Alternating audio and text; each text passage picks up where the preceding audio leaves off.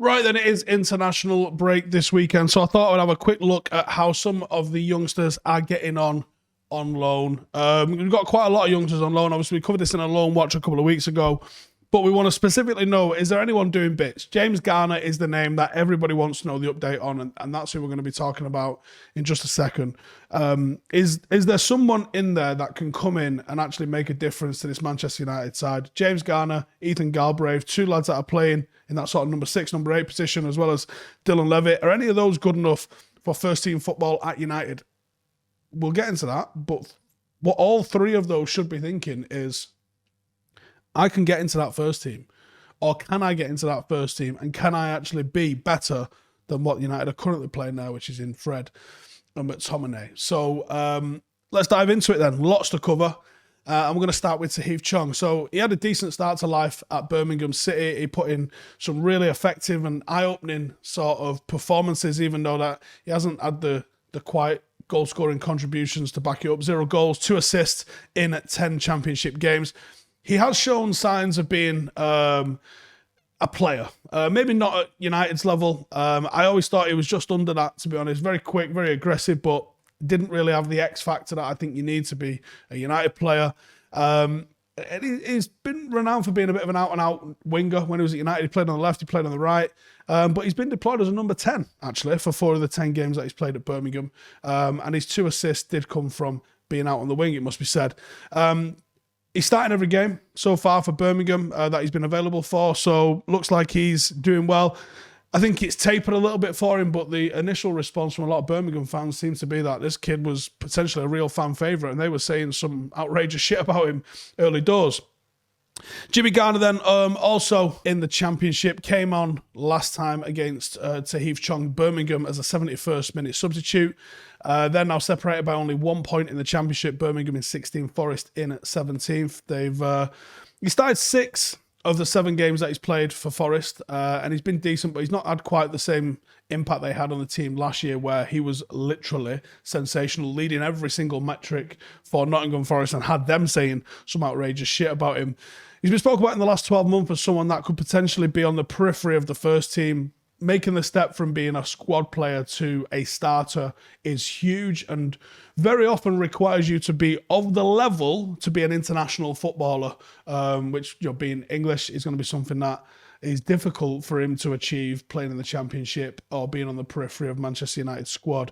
But because he fits that sort of defensive midfielder void that's really hampering United at the moment, a lot of people, myself included, really, really interested in how Garner's getting on. And the question does remain whether he's going to be good enough level to have an impact in that position rather than just being a placeholder.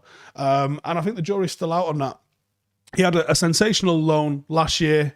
This year, I think the goal has to be for James Garner to get 30, 40 appearances, prove that he can stay fit, sustain consistency over a long, tough, arduous campaign, put in some match-winning performances, and he's in a club, in a position where he's going to get a lot of trade. There's going to be a lot of emphasis on what you can do in midfield. He's a good technical footballer, he's a good intelligent footballer, and he's someone that I think, with a bit more experience, could actually go on and make an impact. And like I was saying, the question mark is, can he take it from being good enough to be part of the squad to good enough to start for United? Because that is a big leap. I think most people wouldn't have an issue with Scott McTominay, for example, if he was just a squad player.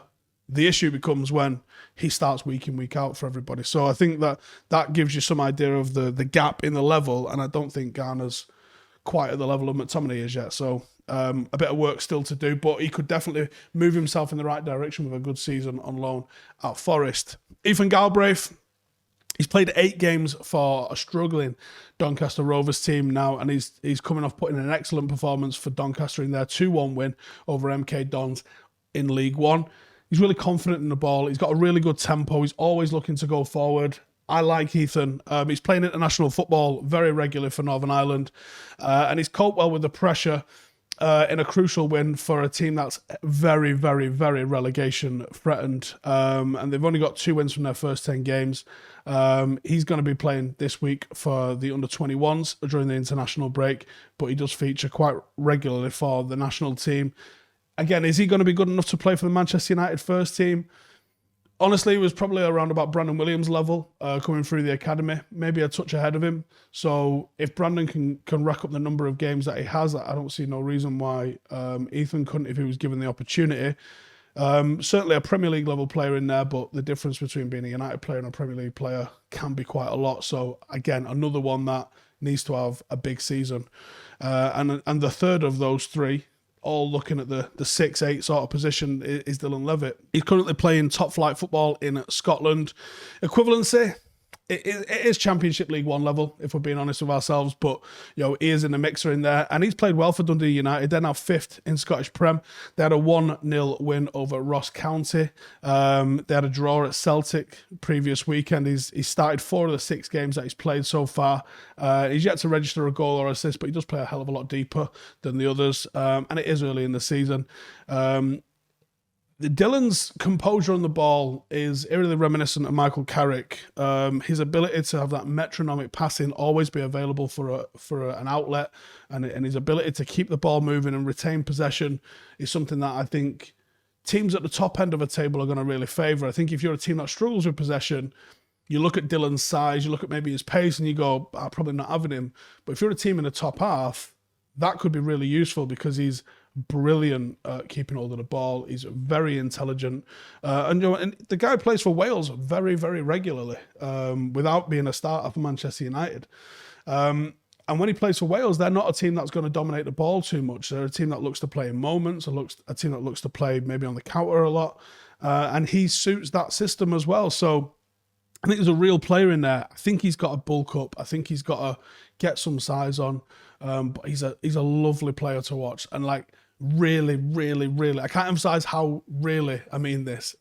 Vision is elite with him. There's just a couple of other aspects of his game that you think if he was a bit bigger or if he had a little bit more of a tempo about how he played, he'd be undeniable. Because I think Dylan is incredible as a footballer and a proper asset to the team. The way he keeps hold of the ball, very reminiscent of a later Paul Scholes. Not got quite the attacking intent, but that just ability to just dictate play is just, it's almost unmatched. And like Paul Scholes, not physically imposing. So he's going to have legs around him, but if you let him get hold of that ball, he can really move it around the pitch. I like Dylan. Seems like he's having probably an above average kind of loan so far. Andreas Pereira, where's Easty? He's playing in Brazil for Flamengo. And they just got defeated by Atletico Paranaense by 3 goals on Sunday just gone. He's now scored 2 and 5 in Brazilian Serie A for his new club, and they've recently reached the final of the Copa Libertadores after beating Ecuadorian side Barcelona. How can you just call your team Barcelona? Anyway, that's what they've done, and that's what he's done. So, Copa Libertadores, that's equivalent of the South American Champions League. They are now through to the final. We'll find out whether Pereira's going to feature in that at all. Axel Tuanzebe, Brandon Williams are both unused substitutes, even though they're featuring in Premier League's Villa, who lost 2-1 to Spurs, and Norwich City, who obviously drew 0-0 with Burnley this weekend. Axel has been pretty effective in a back three for Villa with Konsa and Mings, but the form of House has really started to threaten his role, as it seems like the bigger name in terms of the loanees. There aren't really shoo-ins at the sides that they've been loaned at. Williams has only started 4 of the Premier League games so far, which it's not terrible, but it could be a little bit better. One player that, again, everyone's a bit excited for. Can this guy do it? Ethan Laird. So he was a 61st minute sub for Swansea as they played out a goalless draw against Derby at the weekend. Swansea have now got 11 points from 11 games. They're 19th in the Championship, and he's featured in 9 of the 11 games so far with 1 assist. Ethan's the one for me. If United were going to move to a 3 at the back, where there should be a pathway for Ethan to become a first-team player.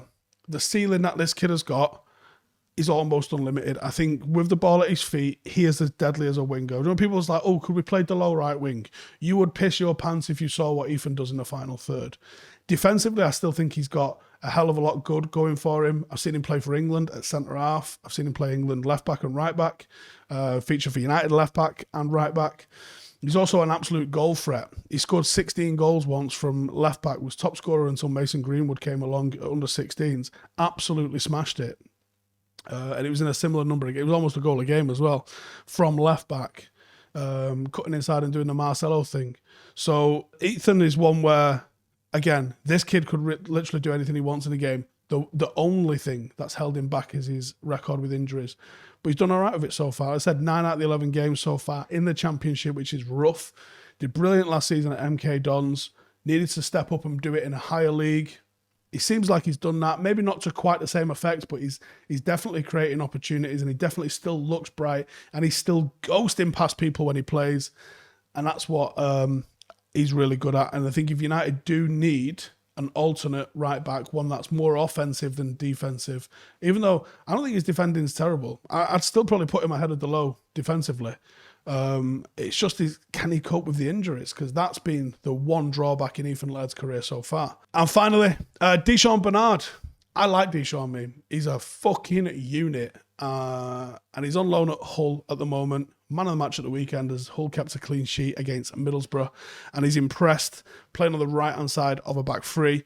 It was only the second win of the campaign for them so far, and he's featured in 7 of 11 games. And if you want to look, my daughter Will is a Hull fan. I don't know if you can throw some of these tweets up on here, but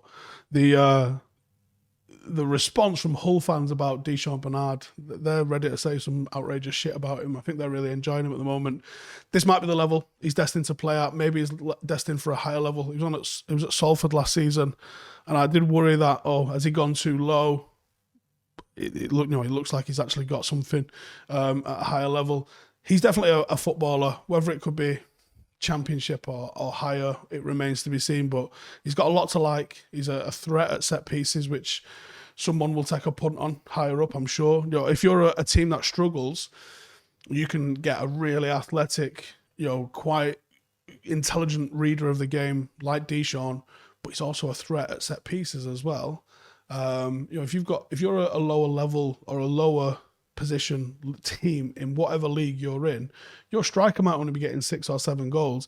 If you've got a centre half that at corners can get you 4 or 5 goals a season, that's fucking money, mate. That's points. So Deshaun Bernard really could find himself on the back of a move on the aerial presence that he offers at corners, because he's a proper threat. He's got that hang time like Ronaldo in there as well. So he seems to be the one that's really picked it up towards the back end of this little loan watch, and congratulations to him. But yeah, again, we'll keep an eye on everyone. I did want to try and get out to some games, and it's so difficult to try and find a game that doesn't clash with either a Paddock match, because all Championship games and League One and League Two at the same time, Paddock are playing, all when we're training. So I'm going to get to a game. I need a Sunday night game somewhere. And that's why I was looking at Dundee and Celtic. Actually, I thought Dundee and Celtic might not be a bad idea, but I couldn't get the train times to work. So let me know where you think I should go, who we should go watch. I think Will Fisher's at Stockport, but he's not featuring. And I want to go watch somewhere else. You know what I mean? I don't want to go 20 minutes away. Let me have a trip out somewhere. Let's go watch someone.